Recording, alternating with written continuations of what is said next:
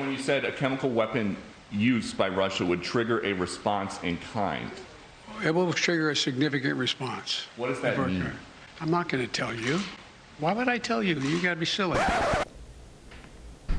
There isn't already a segment called Dunking on Doocy. I think I need to make that a thing. During today's press conference, Biden was asked by Fox News' Peter Doocy what his response would be if Russia were to be found using chemical weapons. And when you said a chemical weapon use by Russia would trigger a response in kind.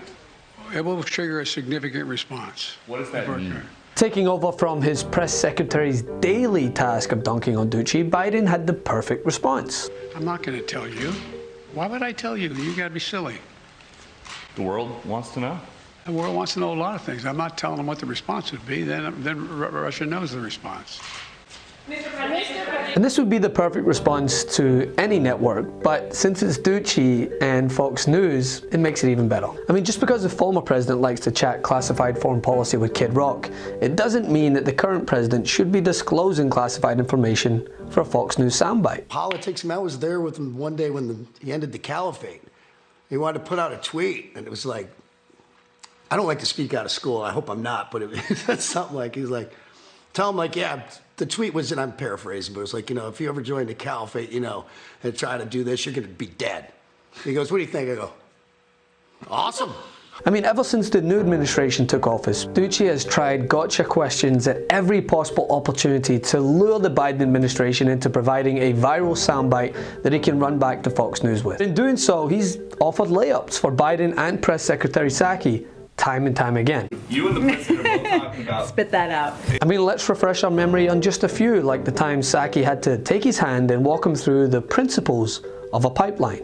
Because there's a lot of gray area here. Is a restart of the Keystone XL construction completely off the table as long as Joe Biden is president? Well, why don't you tell me what that would help address?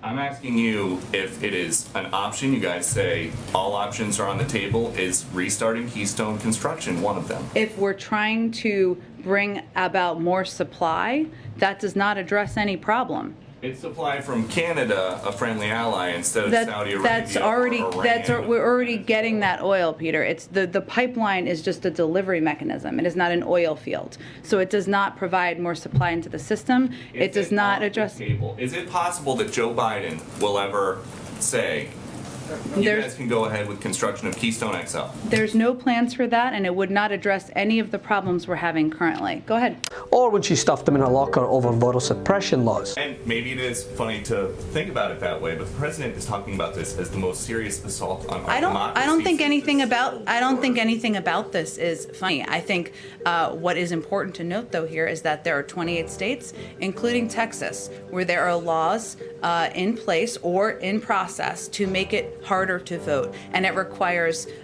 bold action. It requires bold voices to speak out against that and make sure people understand their rights. Well, it seems that dunking on Doocy is contagious. What does that mean? I'm not going to tell you. Why would I tell you? You got to be silly. And President Biden, well, he's caught a fever. I'll see myself out.